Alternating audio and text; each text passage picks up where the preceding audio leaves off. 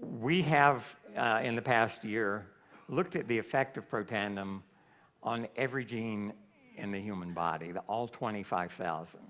What I'm showing you here is a section of a spreadsheet that looks at about 25 of those genes.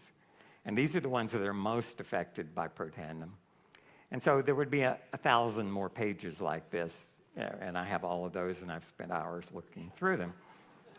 Now, as though I didn't have anything better to do with. And what you see here is, about 10 lines down is this cysteine glutamate transporter. It's one of the genes most affected by Protandim.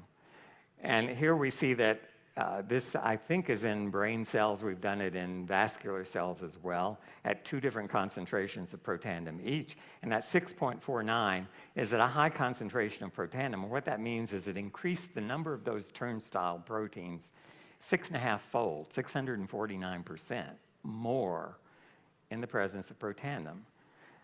And this is it in bar graph form, showing you first what nicotine does. And so we're starting with normal, healthy cells, normalizing their level of this turnstile protein that's causing this problem, before and after nicotine. And what you can see is the nicotine really represses the expression of that protein. So the cells don't have these revolving doors. They can't get cysteine in to make glutathione. They can't get glutamate out to satisfy your brain.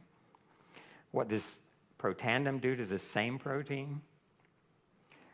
It upregulates it. In this case, at a low dose of Protandim in endothelial cells, vascular cells, 250% in the other direction. All right? So this, again, this is not a human clinical trial. This is not even an animal study. These are putting together 2 dots and drawing a line between them because we think we know how this system works and what will happen.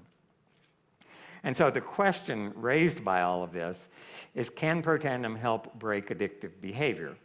And elevating GSH has been shown, on the one hand, to be efficacious in humans trying to break addictive behavior by increasing, or by methods that cause increased glutathione in this region of the brain. And they can break behavior to both cocaine and nicotine.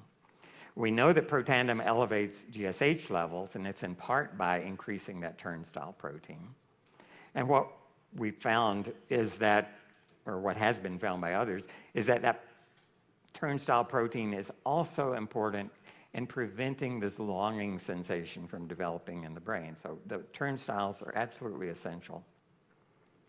And then finally, anecdotal evidence, much of which I gleaned from you at the last Elite Academy, and a lot since then, suggests that indeed Protandim might be a useful adjunct, and that clinical trials to really prove this are probably an appropriate question for us to ask. So that's where we are. Again, many of you who have connections to smoking cessation clinics and so forth have contacted me. I think we're well on our way to providing an answer for this. And what an answer that would be. I mean, this is a real need in society at a number of levels. And there is no good way.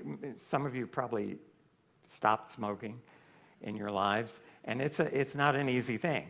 It's a tough thing, and I have total sympathy with those who are trying to do that.